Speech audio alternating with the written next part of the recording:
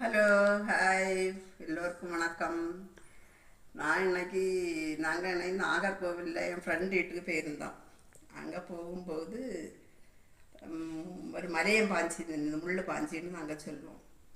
அந்த பாஞ்சி பழம் எனக்கு நல்லா பிடிக்கும். நான் போகிறேன்னு சொன்ன உடனே அவங்க வீட்டில் இந்த ஒரு காய் நின்னது பழுத்துறது பறித்து வச்சுருந்தாங்க. பாதி பழம் அவங்க எடுத்தாங்க, பாதி எனக்கு தந்தாங்க.